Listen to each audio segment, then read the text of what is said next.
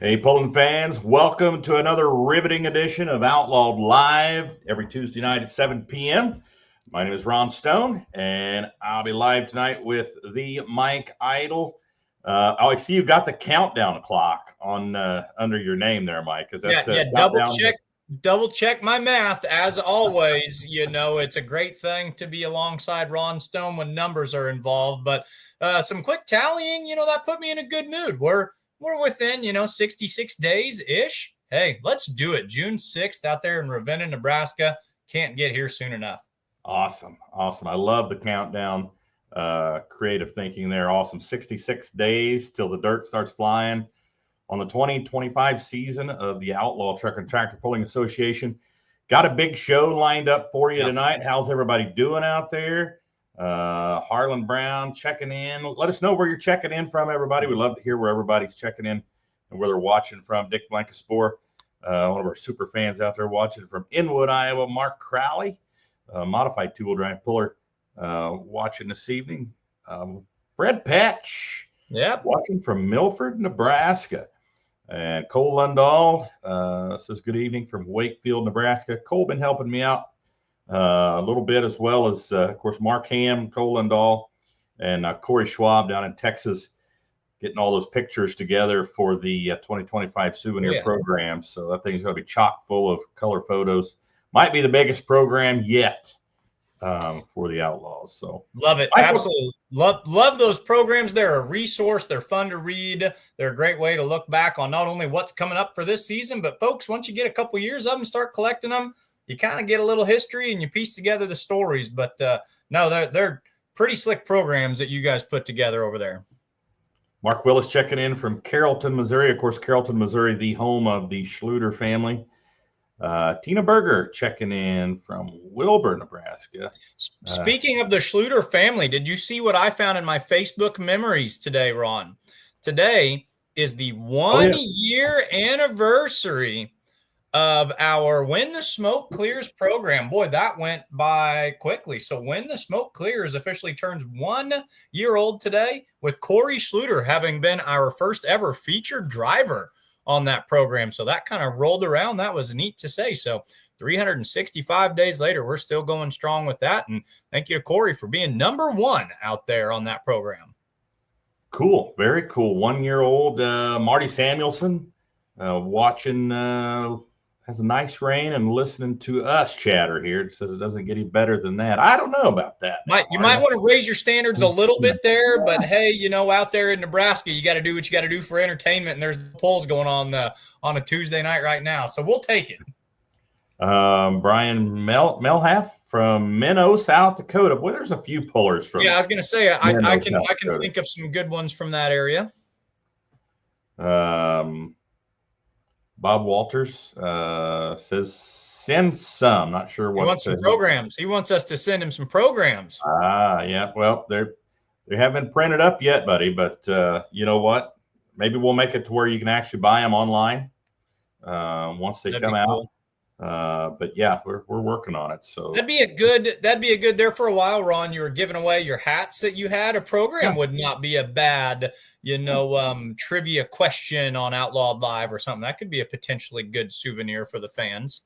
Well, I'll admit that on some of the times when I gave those hats away, I'd go ahead and slip a program in there too. There you go. Yeah, you just never know. Ron Stone, he's the man of many gifts. He's goodie packages from the voice of the Outlaws. Well, Bob was talking about rain. Bob wants some rain. Not sure where Bob's at, but okay. Rain programs, either or. We've got plenty of rain here in Northeast Missouri, but no new programs. So Robert Miner watching from Nebraska, another super fan. Jim Schwartzman watching from Tonganoxie, Kansas, not far from McLouth there, where we'll be this summer. Is that one of those places where you pulled when you had your Truck Pullers Association? Tonganoxie, no. In McLouth, yes. Tonganoxie came close. Almost booked a pull there at the fairgrounds one time, where actually they did pull years ago, I think in late 70s, early 80s there in Tonganoxie. Let's see. I got that. Bob Walters, South Central Nebraska, said he needs some. Kulandall. Need the points champion posters back in the program. Still have the posters from 12, 13, and 14. Yeah, they were big. They were, without sounding internet getting canceled, they were centerfolds. They were the right in the middle, and they fold out, and they were kind of neat. Those were cool. That was also when the programs faced like hot dog style. They were like the other orientation landscape. There you go. Yeah, hot dog style works too. You'd think someone in the it's not like I write a weekly article or anything. You think I'd know the term for that. So yeah. You really do have pulling on the brain. You're thinking about the food at the pools already. I'm going to make that catch on, we can get the hot dog style program or the hamburger style program. Ben Beller watching from Howard, Kansas. Hoping the Naders stay away. Yeah, the tornado watches on the forecast for the middle America here. Marty Samuelson says they're getting hail up there in Ravenna. So Howard's a little bit further south on the southeastern side of Kansas. So yeah, hopefully everybody stays safe out there. Listen, watch your TVs for those watches and warnings and those tornado sirens. Mark J. Ham watching from Sodak, South Dakota, home of Madison, South Dakota, and the South Dakota State Fair, where we'll be pulling this year. So back at the fair, pretty awesome deal there.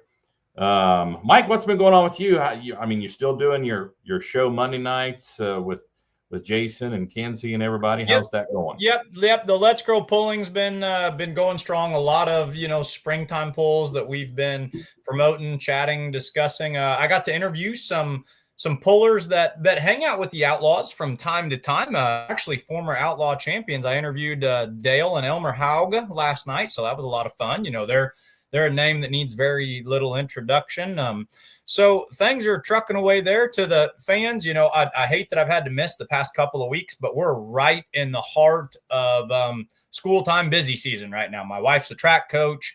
I'm a Scholar Bowl coach. We've got a lot of moving pieces, a lot of irons in the fire. So it's good to be back on Outlawed Live for the first time in a couple of weeks. I love coming on here and doing this show, and I hate to miss it, but you got to do those real world things from time to time. A few more people checking in here. Charlie Hermes down there in Lindsay, Texas, checking in. What's going on, Charlie? Curtis Brannicky watching from the Lone Star State. And then Wes Severs having a chuckle at your expense, Mike. It made sense when I said it. We're gonna make that roll, it's we're gonna bring back now. The pressure's on you, Ron. Are you gonna turn the programs back old school? You're gonna have people asking for the hot dog style program. Hot dog style that could have a negative connotation to it too. We're not gonna go there, but I don't know. Just saying, but I think maybe that's why Wes is having a chuckle there. Lori Bauer checking in. The Lori Bauer from Peyton, Iowa. Robert Miner, he's counting the days down. Robert, it's 66 days to be exact. Mike has done the math on that already. He has it as a countdown under his name over here. So Ben Beller says, great win for Mr. Nelson. Yeah, it was. That was fun. That was hook in down there, but that was a big class of super modified 2-wheel drive trucks. There were some heavy hitters in that. And I was tickled pink to see winning one for the home team, as I kind of like to say. And I got thinking about it. Yeah, it can't be a terribly far drive for him to go over there out of eastern Texas and to south central Louisiana. So I thought it was neat that he decided to go over there. And, it's kind of almost like Louisville, a lot of the same pullers, but he says, you know what, let's do it on an outdoor track, and walked away with a walk-off win. So that one put a smile on my face.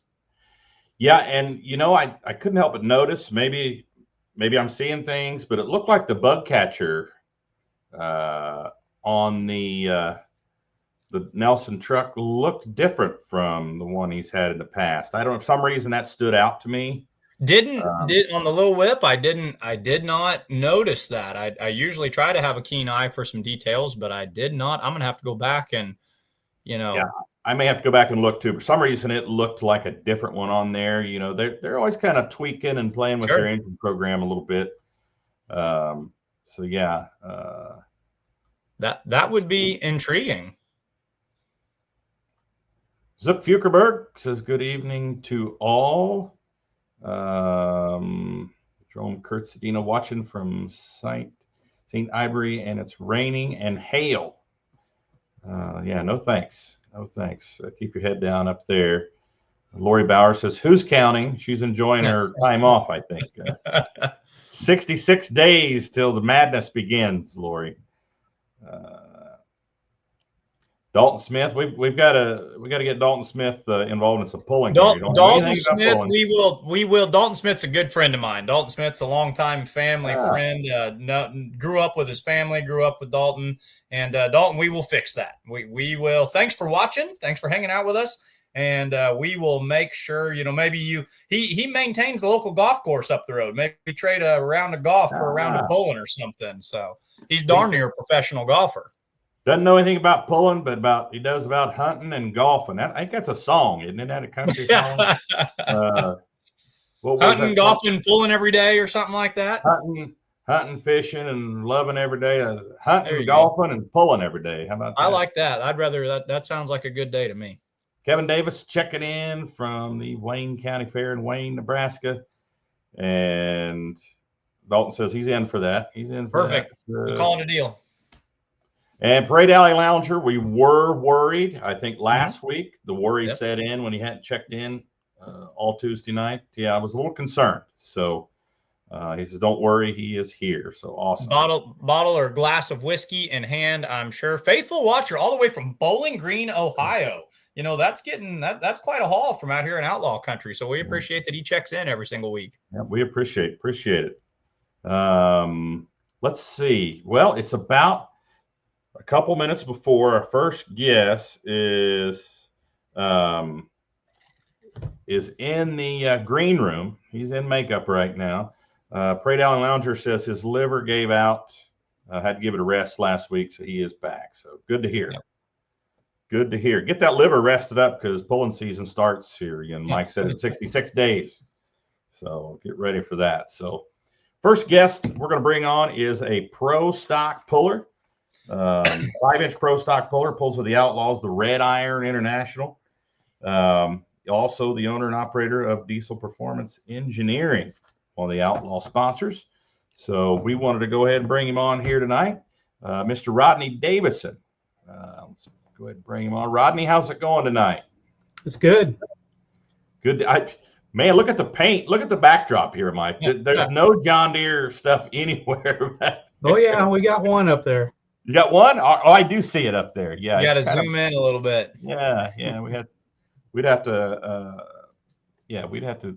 Very little subtlety. Ron, you've got the right hat on though, so that you probably did that. You probably did that on purpose. But very little subtlety and questioning where the loyalties lay with the Davidson family. Good, hard running, hot iron tractor. Welcome to the show, Rodney. How are you this evening? I'm good. Good nice deal. To be here. Good. So are you at home or are you at your business? Are you at your work? I'm at DPE Central. Yep. Okay, you're at work. Good deal. Good deal. Lori Bauer says love the paint color in the background there. You bet. Man, we got a lot of people checking in tonight, Mike. Yeah. Tina Rodelander Morgan says hello. Philip John Schultz says hello from Sioux Falls, South Dakota. Awesome. A lot of people checking in. So, Rodney, tell us about Diesel Performance Engineering. I swear every time when I say that, I almost want to go into the script I have, and I've said it so many times over the years. I feel like it's all up here. Your number one choice for diesel competition and street performance. 1-800-4FUEL. Yeah. I pretty much got that down. So tell us about your business here and what you guys do. Well, so we're a fuel injection and turbocharger rebuilder, I guess, is the bulk of what we do. We do drive-in diesel too. So we repair all kinds. It's not just high performance stuff. It's the bulk of the business is actually in the stock world. So Okay. Yep. Street and farm, both? Ag, industrial, construction, everything, anything Okay. decent. So if you Yep. got a Duramax pulling truck, you'll work on that too? We try to steer clear of Duramax. Yeah. Okay. No, we work on them all. Okay. You Gotcha. bet. Gotcha. Yeah. Harlan Brown checking in. He's from Millington, Michigan. Awesome. Awesome to have some people from Michigan checking in. So what got you into this business? What got you into pulling? Well, of course, the pulling story is pretty much like everybody is. Dad did it. So brother and I now do it. And yeah, it's just family history. So I hear that. business, yeah, we started, I worked for another company for several years and opened up my own in 2003. And so we've been going strong ever since. Okay. What's the bulk of your workload? Is it more ag related? Field tractor? I'd say we're heavy in ag, but there's a lot of over the road truck type stuff. So big turbos for trucks, common rail, injectors. Okay. Yep. Okay. Awesome. And you've been in business for what would be this year 22nd year then? 22nd year, yeah. Wow. Wow. How much growth have you experienced from that first year? Yeah, those first years were pretty lean. So a lot of growth since then, and it just keeps growing right now. So, yep.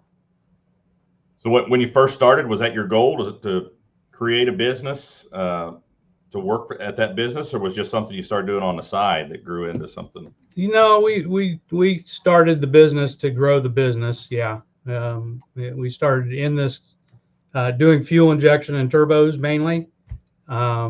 Started doing drive-in because when they started moving away from mechanical type fuel injection on vehicles into electronics, we had to bring that in-house because there was a lot more control that needed to be done on the vehicle. So Okay.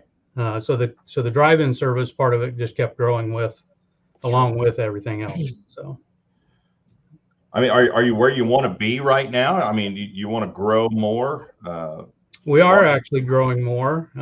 So we're right now in the middle of construction on a new area of the building for rebuilding common rail and EUI injectors.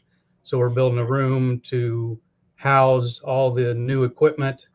We've bought we call it a robot. So it's a machine that will put injectors together. They don't put them together, but they do all the measuring that it takes to put a common rail or an EUI injector together and put all the shims together, and then it tells you what to do. So that'll be in there. We're getting a new test stand for EUI injectors. So yeah, we're pretty excited about that part of it. Awesome. So the EUI injectors are in a lot of the bigger equipment, I guess. Your over-the-road truck type motors, that type of motor. So okay. We're new into that. Okay. So where is your business located at? We're in Savannah, Missouri. Savannah, Missouri. Okay. Yeah. All right. Yeah. So Northwest Missouri. Yep. Well, let's talk pulling for a minute here. I mean, Sure. you know, looking at the points from 2024, you know, you're up to number 4 here in the points. Not too shabby in the class that of tractors that we have in the pro stock class. Number 4 is a pretty good spot to be. We were happy with that. Yeah.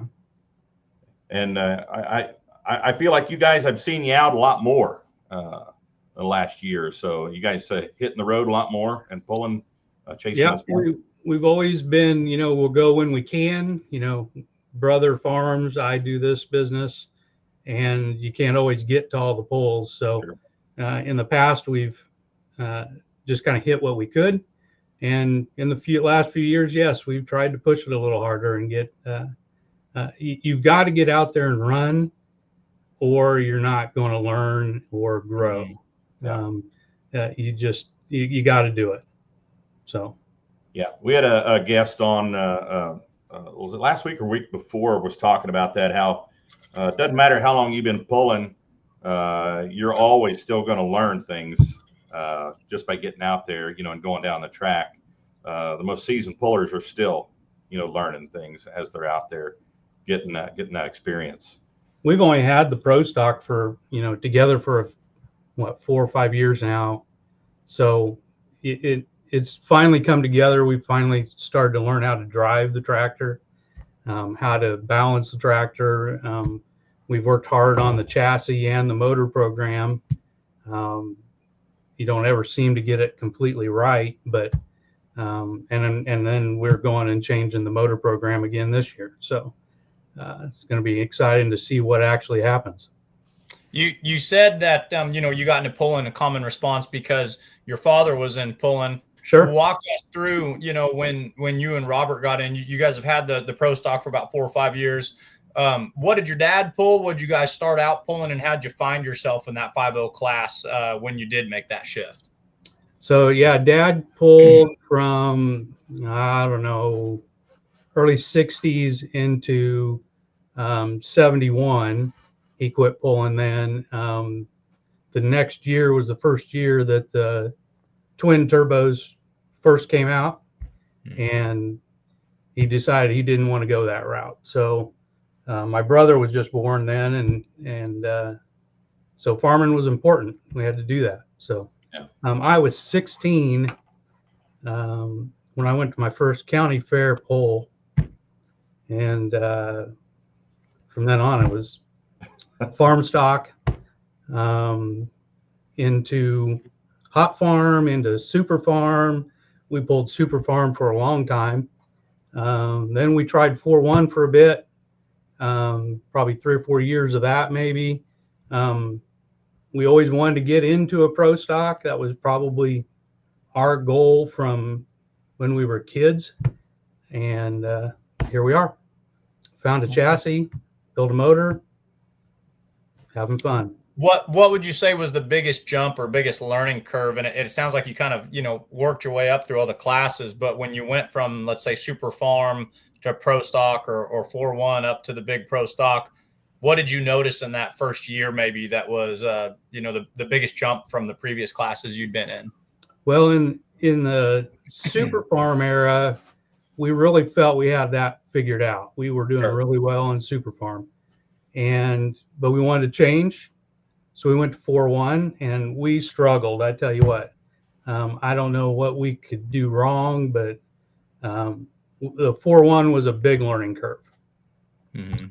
Really cool class, but we just couldn't get a handle on it. And so we went to the pro stock class and things came back around. We just started clicking again. The changes we knew we could make worked throughout time, and it's just been good. That's neat. That's interesting. Yep. So are you guys ready to go for 2025? Of course not. I was going to say, all right, we're ready. And then I was like, wait a minute. I know what he's going to say. No, I was getting ready to rain down praise on you for being we were working on it this weekend, and I'm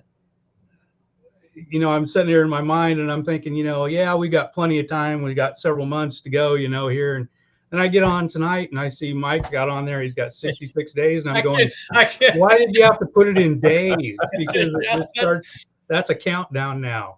Yeah. And, yesterday was just March and it's not till June. And that feels like, it's still cold out. Off there.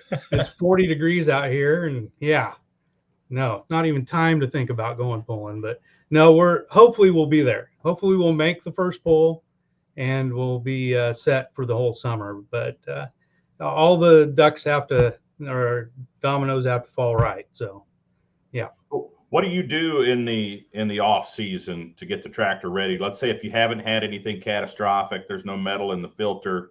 what you do normally. Do you still tear things down, check everything out? In the past, yeah.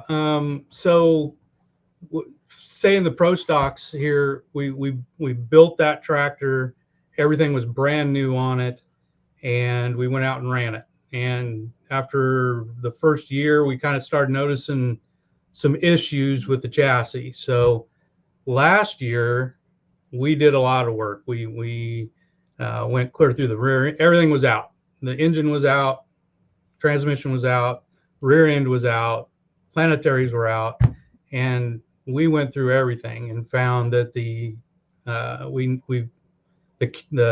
pinion carrier was already bad in the tractor, and we'd only made probably a dozen passes on it at that time. So of course it was old technology, and we put in the new billet carrier and fixed a couple other things on the chassis, and that seemed to work out really well this year.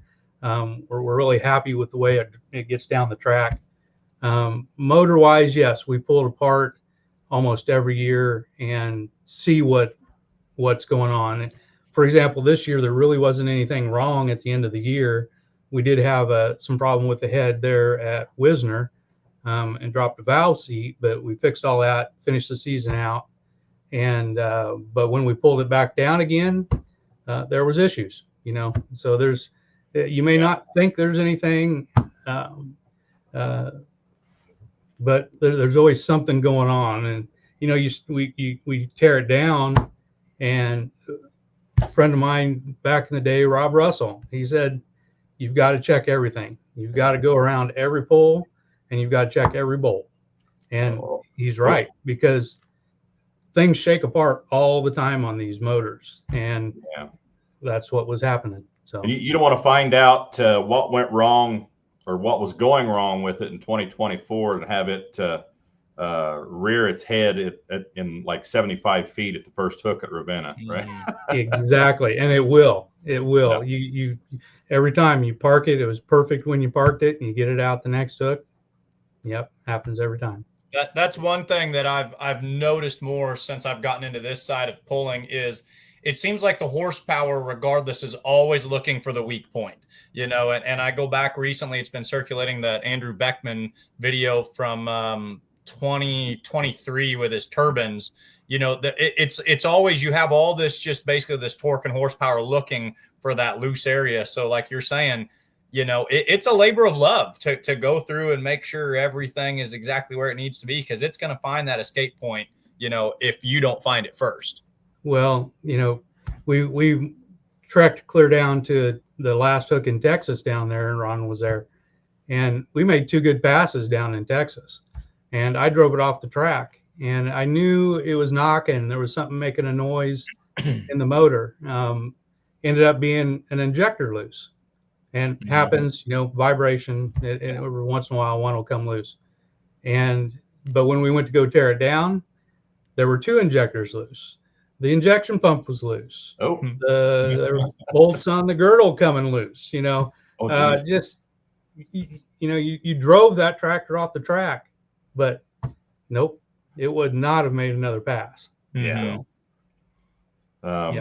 Harlan Brown has an engine question. What do most pro stock pullers? I was about to go there anyway, and just say I'm assuming that is a red engine in that tractor, right? I was gonna answer this question, and I was gonna say, but I bet Rodney would not agree with what I would answer with this question. Yeah, but it is a red engine in the motor, or in the chassis. So in outlaw pulling, I don't think in the pro stock class all the sheet metal matches the motor. So I don't think there's anybody that's cross-dressing in that class. Okay. Not an outlaw. So good deal. Good deal. Yeah, every once in a while you hear the big block John Deere in an international, and every once in a while you hear of a red motor in a John Deere as well. So kind of goes both ways there. Yeah, there's a few big blocks in the class, and then there's some mostly small block John Deere and 466 block internationals. So Good deal. I'm assuming you guys farmed red. You grew up with International and Case IH. Mostly, yeah. We did have John Deere on the farm. Yeah, but Okay. The handiest tractor on the farm is a John Deere, a little 30-20 power shift. So, Gotcha. yeah. You guys are there at Savannah. I'm trying to remember my geography from my days at Northwest, but you're kind of sandwiched between, you're over there by Mound City and Maryville. Yep. You're kind of stuck between two fairly big John Deere dealers over there with that Northwest Implement or whatever they call it back in the day. So I think that's neat that you guys are staying true to red. I know you say that they're handy out on the farm, but it is kind of neat right where you're located. You've got some of the big green ones barreling down on you, but you're staying true to red in between all that. Yeah. Brother farms with mostly red. So, yeah. Mm-hmm. So in your pulling career, Rodney, name the lowest low and the highest high. It's a good question. The lowest low. Wow. The time when you thought this pulling is for the birds, I'm done with it. You know what I mean? And then the best time you ever had. I tell you what, probably the lowest lows is probably at the same spot every time. And it's in Wisner, Nebraska. One of the best pulls by far, and we have the worst luck there. I've twice now, we have drove the tractor or unloaded the tractor, fired the tractor up, and had major engine problems.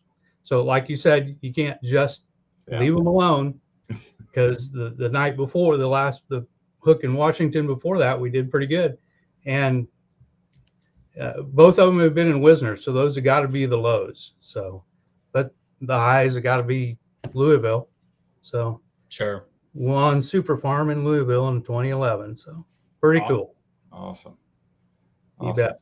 So what lays in store for the Davidson pulling team, the Red Iron pulling team? More of the same? You're gonna stick to pro stock and perfect pro stock, or will there be any other tractors in any other classes? I'd say pro stock is probably going to be it. I've got Doug Meisinger just wishes to get me in the super class, but I don't have time to wrench on a super. I think it'd be a blast, but that would be the only place left to go. So, but I don't think we'll be there now. Pro stock's pretty fun, to be honest. Yeah, those supers, you got to love them a lot to want to work on them as much as those guys do. They're I like to build parts for them, but I don't like to work on them. Yeah. Well, Rodney, anybody you want to thank as far as your pulling career so far? Anybody, family, friends, sponsors, etc.? No, I just Scott Muller up at Muller Performance helps us a lot. I want to thank him, my family, and everybody else. It's a good time. Outlaws are fun. It's a good family.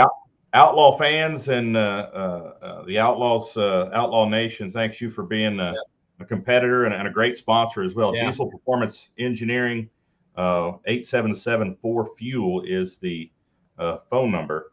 And like he said earlier, over-the-road trucks. One other thing I forgot to mention, Ron, we're about to go online with our web page, our ordering page, so that anybody can get on to our website, click a button, and go to our web store, and they can order anything that we've got.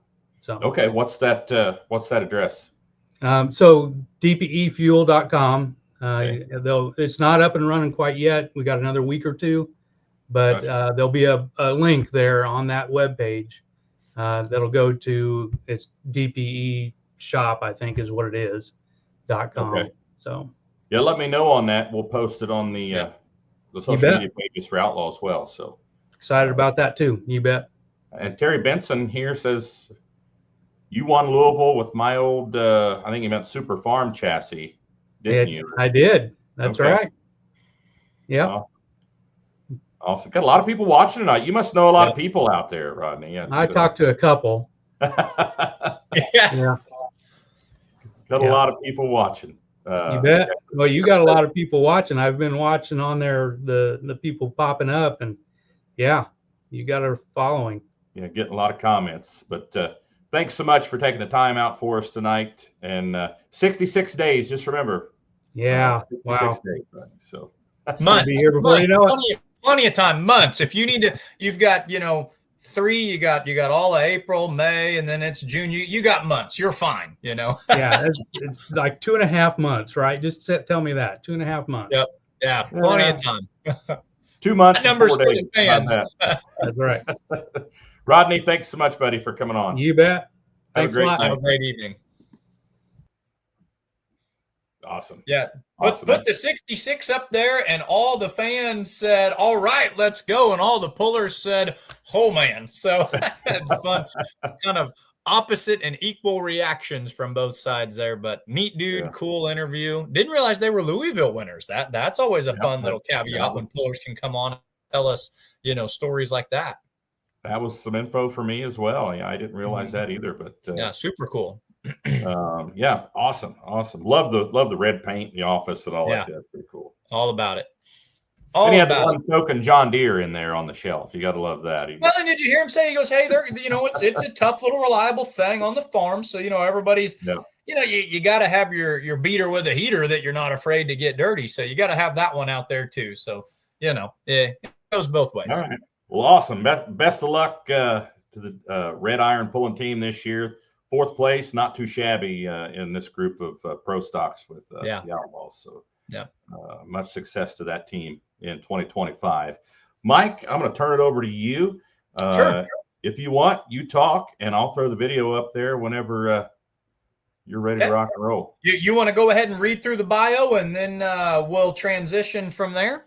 You know what? I don't have the bio in front of me, buddy. Do you have? No, that's what I'm saying. I'll go ahead and read the bio. You want to do the bio now, or do you want to do the bio with our next guest live? Let's do it with him if you want. We can hit those. Yeah, I think that would be neat. That's one thing we haven't tried yet. I would like to do like a live react. Hey, this is what you said in your biography.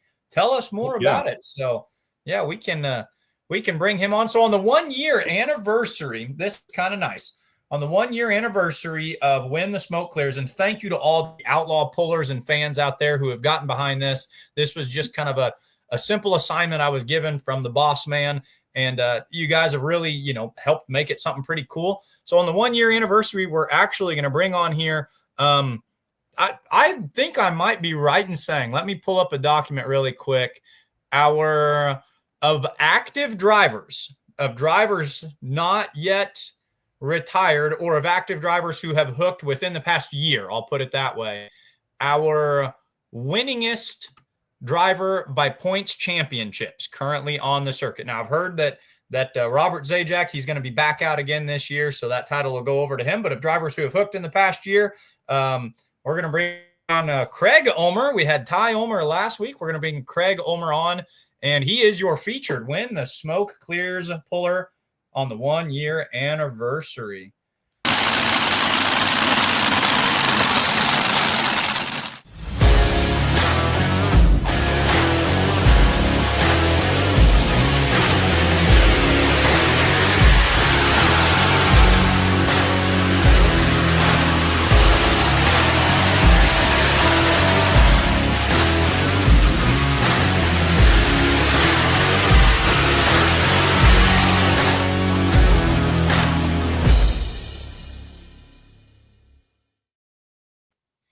When the smoke clears, you'll be looking at an outlaw. The outlaw you'll be looking at Craig Ulmer. Craig, thanks for joining us tonight. How are we doing, sir? Doing great. Thanks for having me.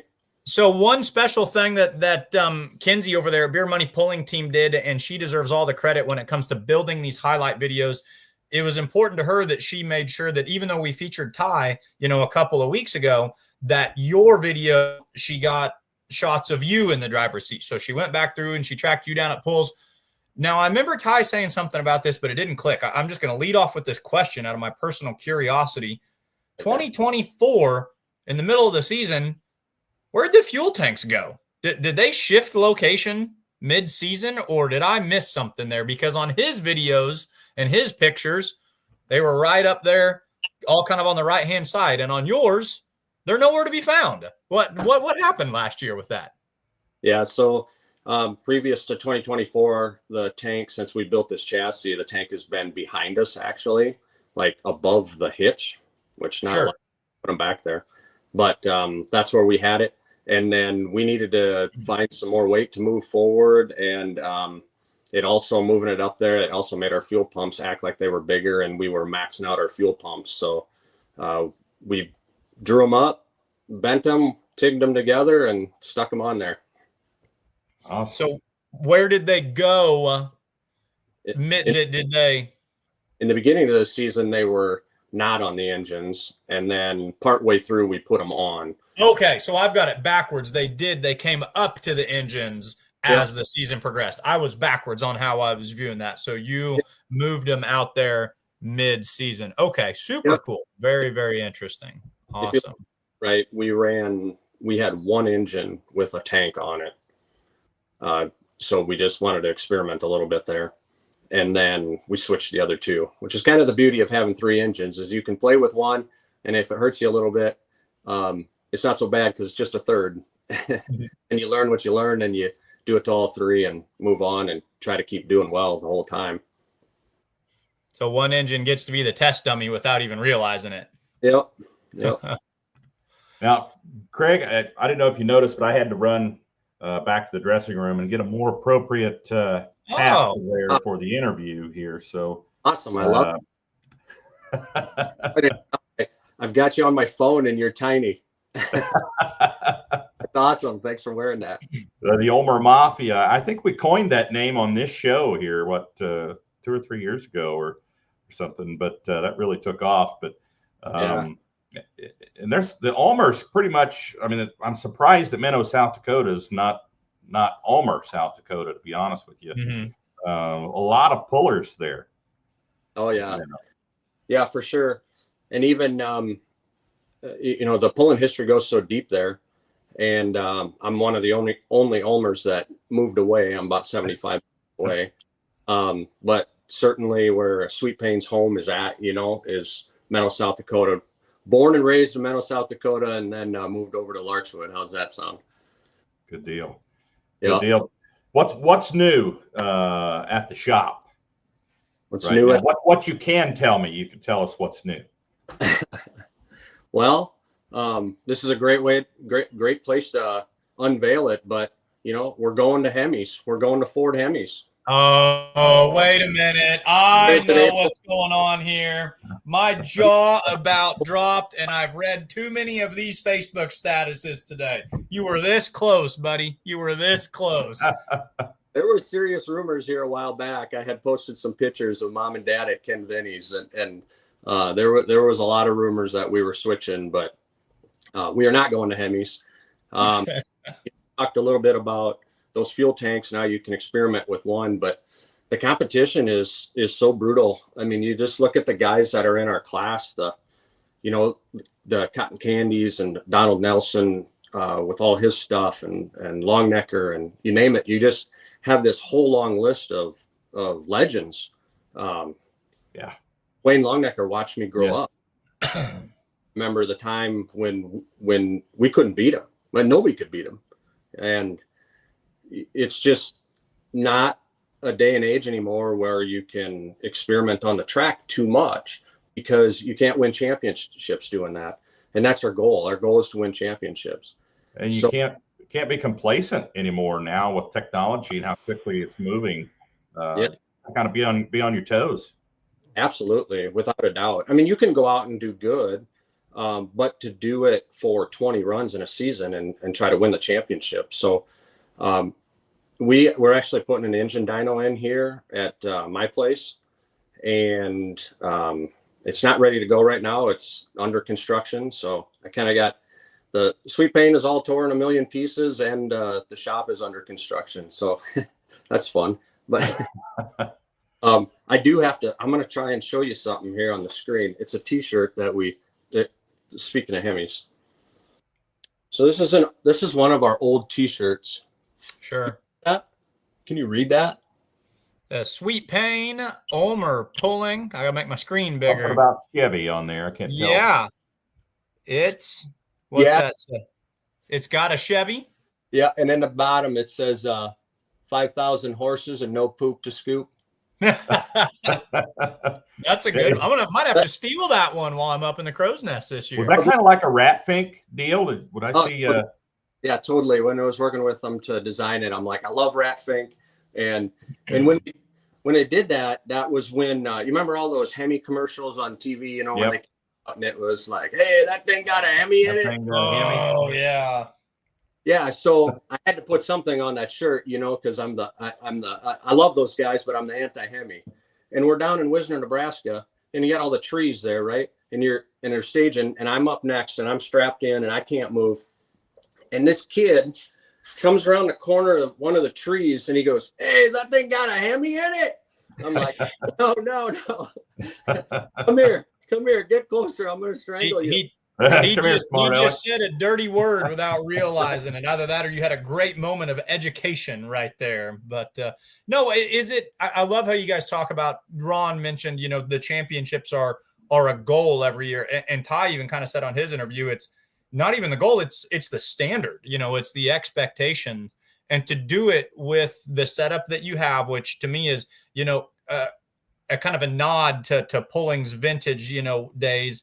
And to have those Chevys, is that just a point of pride? Is that just something that you guys, not only are you winning championships, but you're doing it in a way that no one else is getting it done?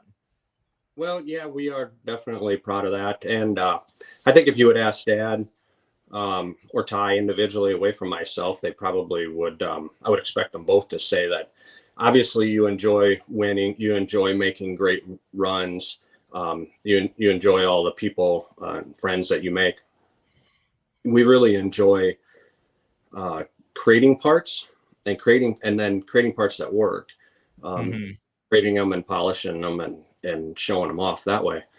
The difficulty with the big black Chevy is who out there, and if you know somebody, get a hold. But who out there is doing just all out Chevy with blowing alcohol.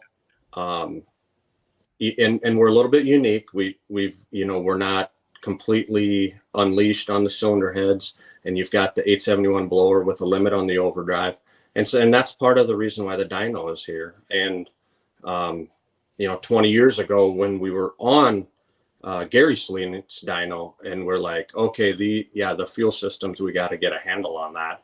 We have to know this stuff inside and out. So we came home and we built our own fuel flow bench. The reason we do that is multifold, right? One, we enjoy doing it. It was fun designing the fuel flow bench. It was fun building it. We like Ulmer Mafia. We like building parts. And then we use it.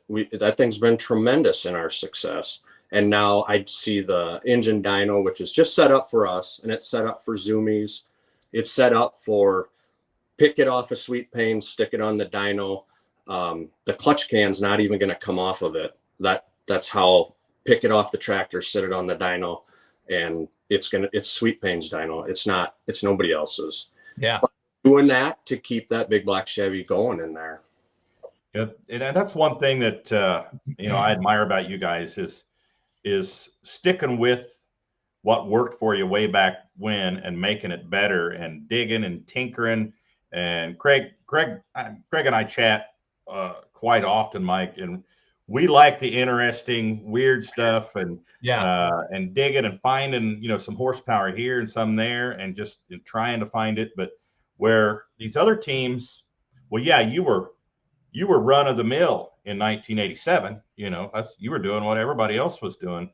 Yep. But in 2025, you know, you go to a tractor pool, it's almost unique to see big block Chevys on a tractor now. Everything is Hemi this and Hemi that. So I was just thinking about that, and I think Craig would maybe know the answer. I was trying to kind of brainstorm in my head.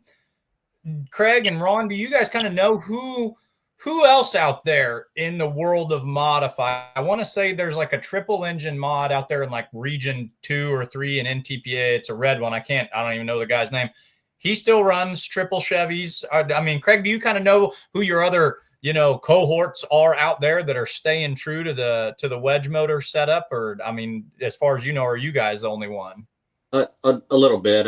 You know, I'd hate to miss somebody, but going back many years, Doc Christensen up in Glencoe, Minnesota, and the Christensen family and my folks, friends, and partly because they were both running big black Chevys, and Doc doesn't drive anymore because he actually hurt his neck in tractor pulling, and but Doug is driving, and then they've got all those 2-wheel drives, and they're all Chevrolets too. And I didn't realize that. I just always assumed those were Hemis. I didn't know that the pack rats, that they were, not Hemis. Yeah. No, way back when, Doc definitely taught us a lot of stuff about the Chevrolet. I would call him top of the game back in his day. They've got so much stuff going on now. I hope they back a little bit so they can concentrate on the mod. But other than that, there's certainly been a lot of good ones. Just like Ron said, the further you go back, the more you get. Yeah. Banters. I mean, I would say banners. They're the ones that come to mind too. They didn't necessarily make a lot of power per engine, but they always had more engines than you. Yeah, you guys talk about tinkering with where you and Ron have talked about tinkering with where to shed weight.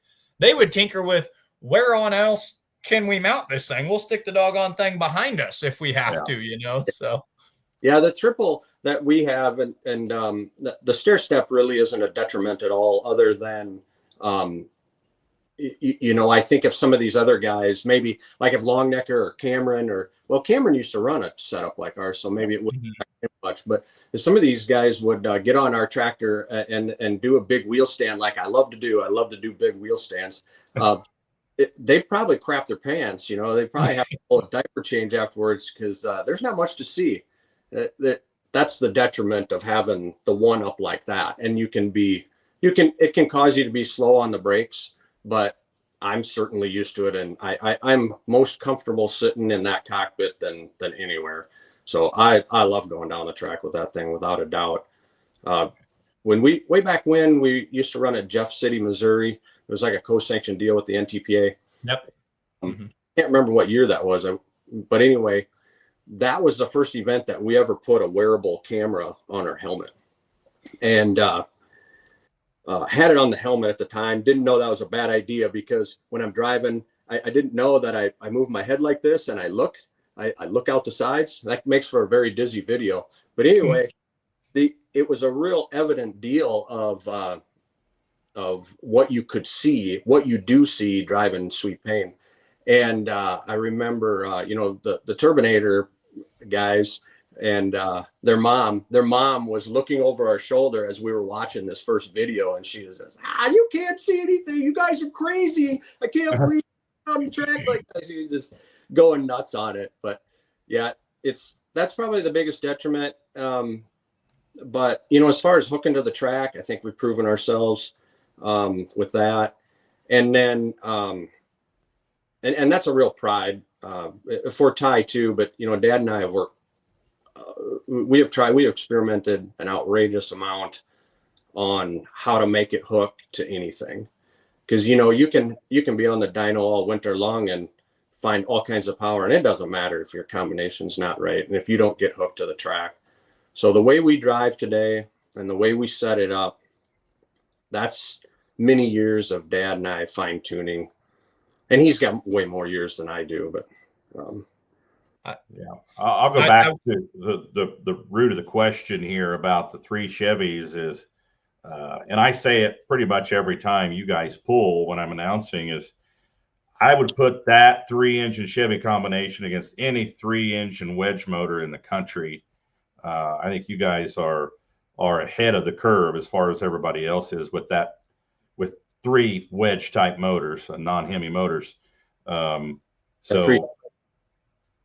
yeah, you guys you're doing good things there with those Chevrolets, and people take notice. I mean, it's obvious you guys are running tops with the Outlaws with that tractor. I want to jump into your I'm going to go out of order a little bit, and I'm actually going to pull out of your biography that you sent me, because you've talked about your driving style and you love doing those big wheelies and you are not afraid to get into the throttle. Well, I chuckled when I read this, and this is going to work so well with this interview, I think. So if we jump to the part And like I said, I'll make sure we get to all of these. But if we jump to the part where you were asked about, what was your first hook? And you said the first with Sweet Pain was when I was 16 years old. It said, I don't remember the town, but it was in Iowa. I didn't open up the throttle all the way.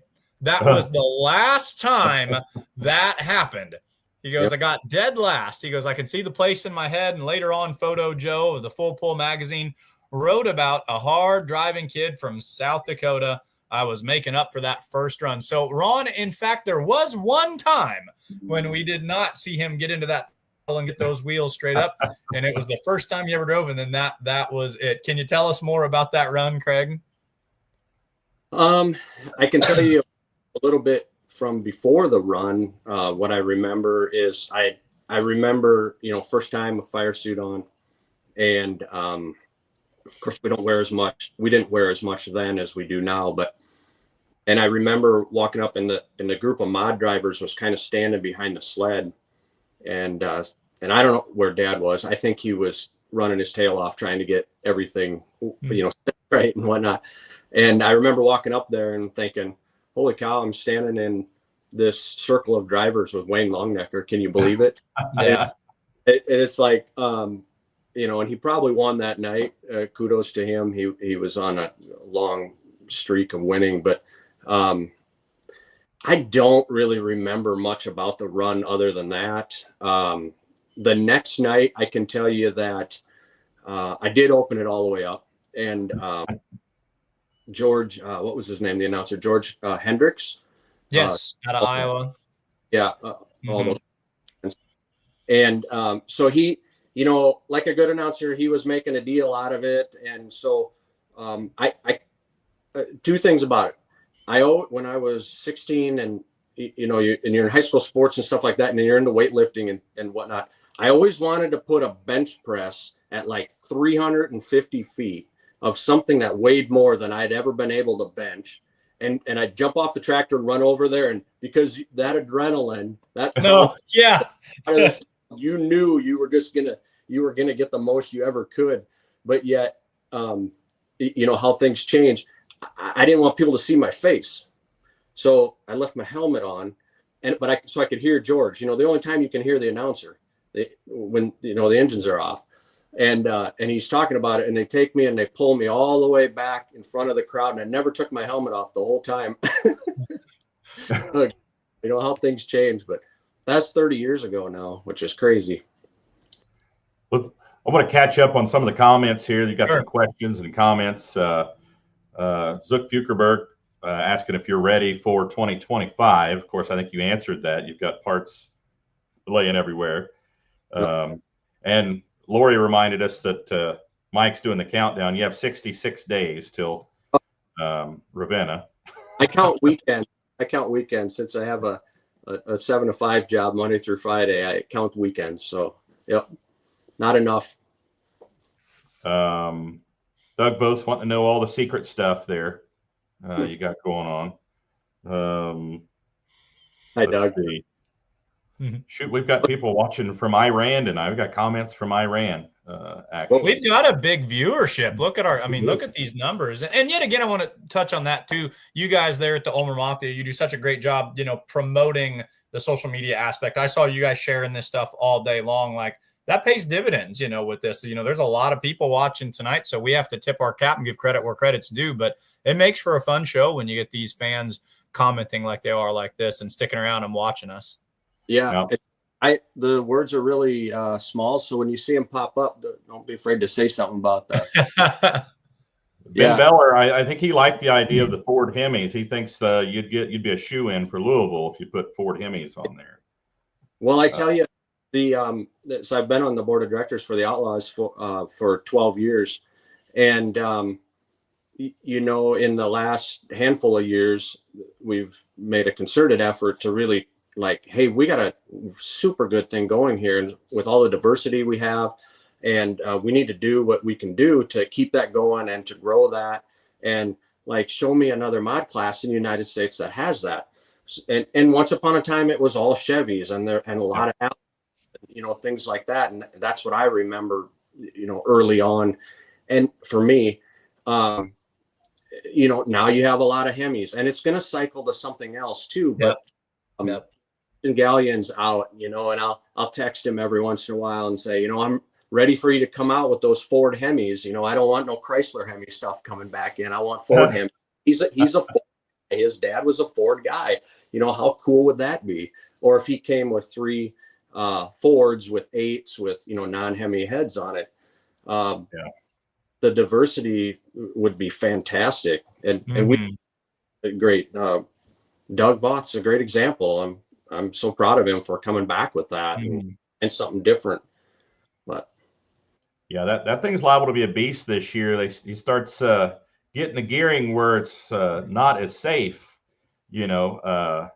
Once the motor gets broke in a little bit, he'll start getting to the gear he needs to be at, where that thing will be in its zone. But you talking about the Ford Hemis there? We were in Florida in February for a pull down there, and there was a team down there. I think they're out of Pennsylvania, and they run Ford everything, Ford tractors, Ford everything. They're Ford Blue, dyed in the wool, but they were running 3 supercharged Ford Hemis, Allen Root motors. So hearing something about that they're trying to resurrect that program and get more of those out on the pulling track. I'm not sure you've heard much about that or not. No, the AR Fords, he doesn't make those anymore, does he? Or does he? Somebody bought the design. Somebody bought the architecture, I think, I think CNC bought it out of maybe the Carolinas or something like that. But I think Allen Root's still building blocks. They're just not Fords. But yeah, that'd be cool if somebody came with that. Yeah. Ty Ulmer was curious what year it was when you were 16. Later, I'm going to ask what year he was born because I can't remember, but I should as his dad. Somewhere. I have a couple pictures to show you, and this gets a little bit confusing for announcers, but you see there's 4 people in here, right? Yeah. Right.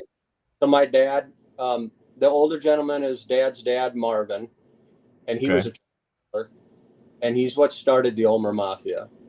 And then Dad's in there, I'm in there, and then the baby is Ty. So Ty is actually 4th generation tractor puller. Right. Yeah, I've made the misnomer of announcing, 3rd generation. It's 3rd generation on sweet pane, 4th generation hooking to a sled. Right. So here's Ty, and let me tell you. Well, yeah. I suppose I shouldn't swear on here, huh? He was a little shyster when he was little. So there. And we were so excited that I think that's in Carroll, Nebraska, but we were so excited. Mom and Dad drove out to New York one year and bought the Blue Mac truck from Joe Eater. And oh, wow. That was our first enclosed trailer vehicle. And you get rid of the caps off the zoomies, and you don't have to use those anymore for rain, and you don't have to bags over the mags, and and all this stuff. And we go to an event that first season. We get to Carroll, Nebraska, and Ty reaches into the toolbox and grabs some springs that were sitting there, walks over to the zoomies and dumps them down the pipe. No. Yeah. They'd been covered up until then, Dad. He could just play with them. Got them back out, so we would put them on the zoomies on the front motor because they were low enough he could put stuff in there. And we'd get questions. You'd get to an event, and what are you doing? You're from South Dakota, Sodaks, don't know what's going on here. See, now I got to see Ty's first time driving. Yeah. And when he went from worst to first at the same event, was pretty cool. That he went out of bounds as the first hook, dropped the hook, came back and won the class. That was a pretty cool deal. I got to announce that show. Yeah, that was fun. That was super fun.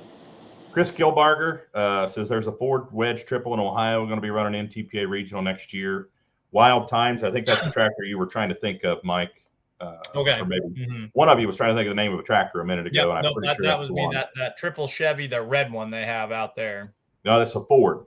This one's a Ford. There's a triple Chevy out there that I know of, but the triple Ford I'm not sure of. Speaking of triple Chevy, Brandon Gilliland checking in, says, hey. Hey, Brandon. Hope to see more of him this summer. You know, our numbers Outlaw Mod class were up this year, and we didn't see Brandon. Doug, you know, Doug was only out for the Lufkin event. Yep. Right. Man, there's more of them. Who am I missing? Jeff Paulson, you know, he wasn't out, and he's got the tractor. We're back in McLouth, Kansas this year, which is way cool. Hooterville Express will most likely be there. Yep. And I think there's a chance that Kurt Stevens is going to come out a little bit with his triple Chevy tractor, bring it out. The old Making Bacon Special. I think that's still the chassis. I'm not sure if he still runs that or not, but we have the old Making Bacon Special. Yeah, he did. Yeah, Stevens had that. I'm pretty sure he still has that chassis. Yeah, so it's super exciting for you know, Outlaw Mods and what we're going to have this summer. The Canadians actually rearranged their schedule. They've moved a couple polls so that they have an open weekend on Wisner, Nebraska. So the Joe's triple Chevy tractor and then the Twin Allison tractor that we've seen at Rock Valley in the last. Yep. Yeah, those guys have they've pepped those things up a little bit. They ran really good at Wisner. Yes, they did. Yes, they did last year. So did his twin Chevy. You know, he's putting another twin turbo Chevy on, so he'll have two Chevys, each with twin turbos on it. Oh wait, who are we talking about now? Jeff Geiger.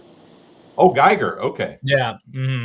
Yep. I know they're working on it. They called me wanting me to make them some brake rotors. So their intention is to have it. So I sure hope they have it all together. You know, there's a lot to do there, but. Well, I hear we're going to have some visitors from California and some visitors from Kentucky and Illinois at Rock Valley this year as well. Nice. So, I hear they're bringing a whole slew of tractors from California, and I know talking to Donnie Sullivan, they're making plans to bring the Kentuckian back in their two-wheeler. Oh yeah, they came.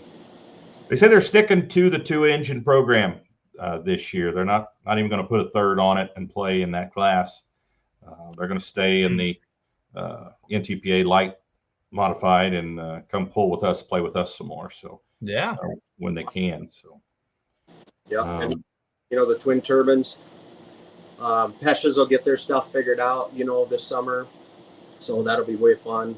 Two of the twin turbines running. Yeah, and I think what we saw out of Cody Barron's out there in Ravenna last year, I mean, he proved it. It was early in the season, and I think that was his only win. And he didn't get back to the podium again, but he kind of proved right then and there that thing, when the stars align, it can hit with the best of them too. It makes, you know, Craig, it makes for such a fun class for everyone because there's so many iconic pullers that can win at the drop of a hat. But like you've talked about, there's also a lot of diversity. That your class is one that brings fans, you know, to the edge of their seats, and there's always going to be an awesome story, whether you're looking at the points race or just who's winning any given Friday night. So, you know, that's 66 days. I'm ready for it to say 65 after this conversation. We're getting closer. Awesome. Yes, Donald Nelson, you know, he's got his 6-cylinder, you know, back together and back out. Well, and he's got his brand new twin Chevy that he unveiled down there in Lufkin too. And so that's going to be fun to watch. I've heard is Corliss. I think Dustin might be driving one of those this year. I think he might find his way into a mod. I saw that on Facebook a little bit. I don't know. I haven't talked to them about it, but you know, I think Donald's completely lost his mind. How many? He's got like more wheel bearings than I've got pistons or something.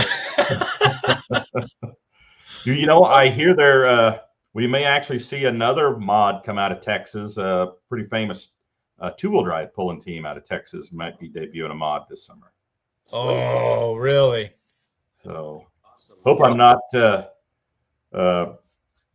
I hope I didn't make any promises to keep that a secret, but I'm trying. I'm trying. Well, you didn't specifically. Texas is a big did. state, Ron Stone, and they're known for their two-wheel drive trucks. So it Yeah. could be anybody. But if my mind went to what I think you're saying, that's pretty cool. Well, I think the chassis is the old Mexican Sonny Martinez, if that tells you anything. But I think it's going to have a couple of Hemis on it. Nice. So yeah, that class might get pretty big this summer.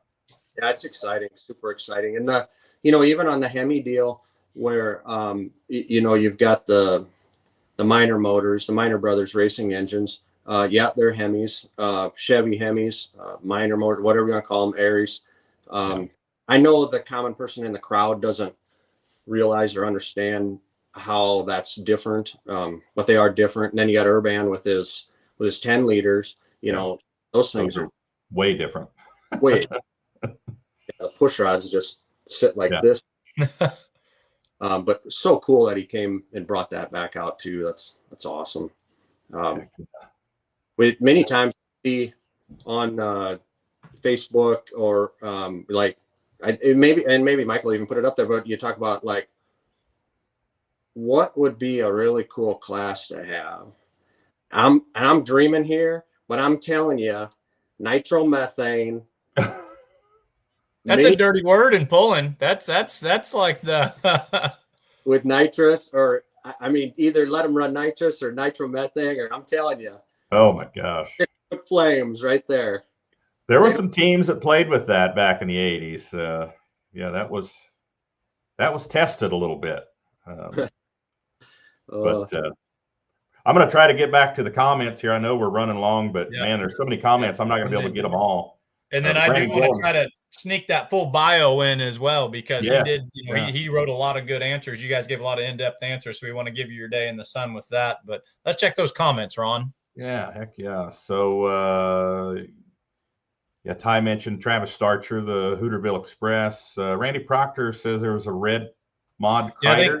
Kreider, that's starting to ring a bell. I think that's, it's backwards from how most people run them. It's got the one out front and then the two behind, as opposed to the two out front and the one behind. It's got great big intakes on it. So it's, I can picture it in my head. And Chris Kilbarger says Ed Stahl has a triple trouble red 3-engine Chevy. That's it. Triple trouble. That's the one. Now we're there. The Selmans say good luck, Ulmer Mafia, in 2025. Same to you guys. Kevin Davis, can't wait to see the Ulmers in Wayne. We'll be there. And Alan Ulmer says don't speed up time too much. So he must have some things he's got to get done. He's been sending me videos. He's got all sorts of stuff going on in his shop. Yeah. He's cutting things apart and putting new things on, listing roll cages for sale on Swap Shop. So maybe that tractor's on a bit of a diet too. I'm not sure. He sends them to us once in a while too. The other night, Ty had advice for him. We get kind of raw with each other once in a while, but his advice was maybe the driver needs to lose 20 pounds. It's not, no, it's a roll cages problem. So right. Now, Ty was, he says the Hunts out of Texas. No, not the Hunt. Not unless you know something I don't. But no, another team. Let's see. Will all Outlaw events be on Full Pull Live? For the most part, yes. Now, there's times when we've got 3 events going at the same time. We don't have the equipment nor the personnel to run crews at 3 different events, so that'd be pretty tough. So no, on those nights, no, we will not get that 3rd event in. But for the most part, yeah, what you saw in 2024, yeah, you're going to get those premier pulls on Full Pull Live. And I hope folks have been, like I did, log into mine the other day, and of course I had both. I had both Full Pull and Outlaw. And you can see where once it was merged, it streamlined it just right there under the Full Pull. Like Outlaw's got its own thing, and they just went ahead and put the whole library in there, so you can still go back and watch everything. By and large, to the fan, Ron, as I understand it, it won't look any different. It just is now under the hat of the hat that I'm wearing tonight. So now, did you have to go to Outlawed Live, the website, to change that password, or what did you do, Mike? Well, I was a knucklehead, and like, if there's a way to do something weird and wrong and backwards, Mike Idle is going to do it. So I had different emails for each different place. Now, most people out there would like have one email and log in with both. And so when I talked to when I talked to Kyle, our tech guy, he said, yeah, you're going to have to pick one of those. But no, I was just on my Amazon Fire device. And when I just clicked on Full Pull Live, just all the Outlaw pulling TV was integrated into that. So handy dandy. Chris Kilbarger talks about Loudmouth Lime. Had 3 Chevys on it. Crank to crank, I think, on that one. I think so. If I remember right. Doug Voth said, you had me at nitromethane. Nitro on a Rolls Royce with turbos. Woo, there'd be some big flames there, wouldn't there? We were talking with Rodney Davidson about how tractors are always looking for the weak link. Now, I am far from a mechanic, but something about that tells me you would find the weak link much quicker. Many weak links, yes. Tim Blankspore. Watching Sweet Pain still compete brings back memories of the good old days when they ran against Charlie Tedrow, Bob Chickering, Ron Headley, and Jerry Fornash. Yeah. Oh, yeah. I definitely drove against all those guys. When Dad had me in the seat when I was a teenager. Saw those guys. That's cool. Yeah. Yeah, for sure. We, in those days, and my sisters were, my sisters are older than me, but you go a little bit before I started driving, then, we'd show up at an event with a 8-foot pickup camper, and that was not enough for 6 of us in there. And so my sisters and I would tent it, and Mom and Dad would get the camper, and usually the pits were empty at the end of the night, or when you woke up in the morning, because a lot of guys, had 4-door dualies and they didn't have a place to sleep. So they would go to the local hotel room. Yeah. Not the whole entire thing, but there were a lot of people that did that. That's not what we did. And then, of course, way before lasers and all that sort of stuff. So there were many events where my 3 sisters were the ones out on the track with the rope and the tape. Oh, sure. And doing that. Yeah. They don't get to make it to near as many events as what they probably want to, but they were at every one when we were little. I remember those days. Kurt Stevens, we just mentioned him there a few moments ago. He says, how about a limited mini from the Sweet Pain stable? Boy, we would love to, maybe, but we've got way too many irons in the fire right now. I don't know how to flip this around on my phone, so I'm just going to go like this. But I'm standing in the dyno console, right, or the dyno control room right now. Uh-huh. So if that's not enough of a project, I don't know. Actually having Sweet Pain ready to run 24 events. I believe I would have switched the side of the table you chose to sit on. That's a way cooler backdrop. I like that one over there. Kind of ran out of time. That was my intention, but Chris Kilbarger, Loudmouth Lime. Yeah, I remember an article in Full Pull magazine. I think Loudmouth Lime is one of them that was trying the nitromethane. Yeah, but it was public at that point. Do you remember Carroll, Nebraska, pulling there? Well, yeah, that's where this was from. Carroll was awesome, and being pretty close to Menno. There was a Menno tractor pull for years and years, and it was a big deal, and it was a big event. But that was before my time. The only tractor I went down the track with at the Menno pull was a pedal tractor at the pedal pull. But so that was definitely before me. Ulmer Mafia guys were a huge part of that. But Carroll was kind of our hometown event after that when they got up and going big, and Hinton also. So we had an outrageous amount of Menno that would go to those 2 events. Definitely Hinton, and Carroll was the next night. And I mean, those were the 2 big events right there in our area, and they were awesome. Glad I got to experience that. Now, Ty says you'd run a mini if you allowed an 871. I think that's in the rules. You can, just at was it a lesser overdrive on the supercharger. You can run an 871, or I don't remember the percentages, but yeah. Craig, you might even remember that from those mini rod rules. It was like direct, like 0%. Yeah, that's it. That's what I was thinking. I wasn't 100% sure, but yeah. Yeah. We did. So when the Outlaws had the minis the first go around, or this last go around, we went and got one. See, and I actually thought that the thing I should do, Ty wasn't 16 yet. And what I really wanted to do is I wanted to set it up as a NA, and then run it here locally, have him run it here locally, and take one of our big block Chevys, just set it up NA. So we had it all done. I mean, we changed the tire, we went to smaller tires, 3115 5s. And of course, then you got to change the hitch, and, your weight distribution's all screwed up. So you move all that stuff and make an NA motor. And then after doing all that, I found out that they wouldn't let him drive until he was 16 because insurance reasons. I'm like, he's going to be paying at 16, and the insurance is fine there. It's like this 700 horse jobber is going to be just fine. But anyway, just insurance, So we had it, and the plan was to run the spare engine from Sweet Pain.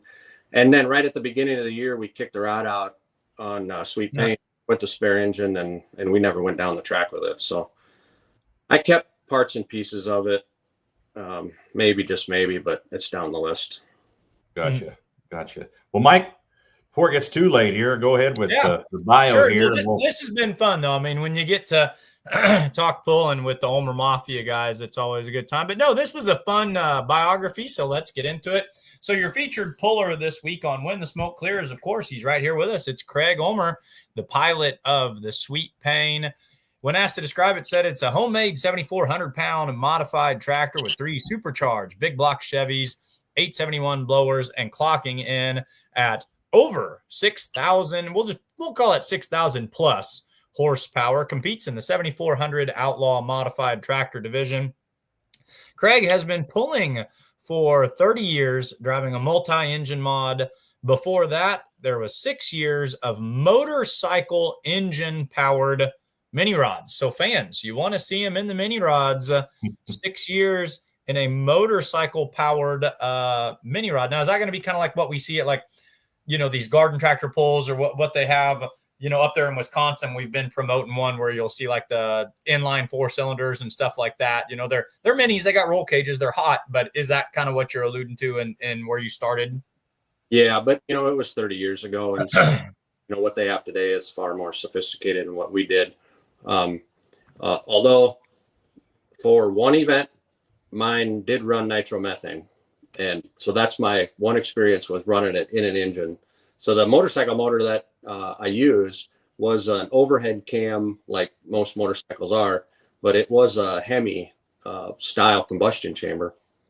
And I started hanging out at Leo Hess's shop in Sioux Falls. He's a Harley Davidson nitromethane drag racer, and then he also went out to the salt flats with 2 of them in there.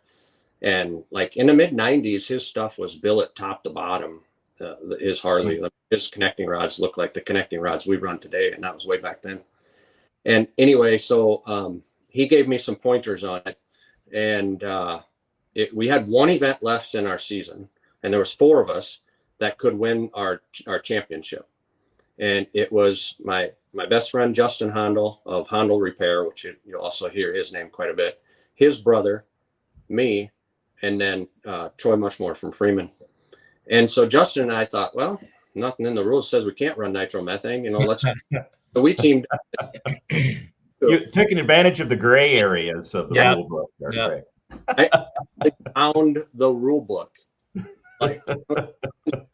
To make room for the dyno, we found all kinds of stuff I didn't know I had. But yeah, here it is, South Dakota Miniature Tractor Pullers Association. Wow, that's cool. Yeah, super cool.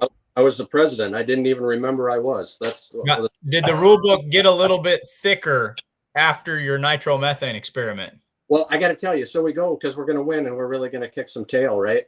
And so I roasted the clutch. Oh, I back up a step. So his brother found out that I had a gallon of this, and those things don't burn anything.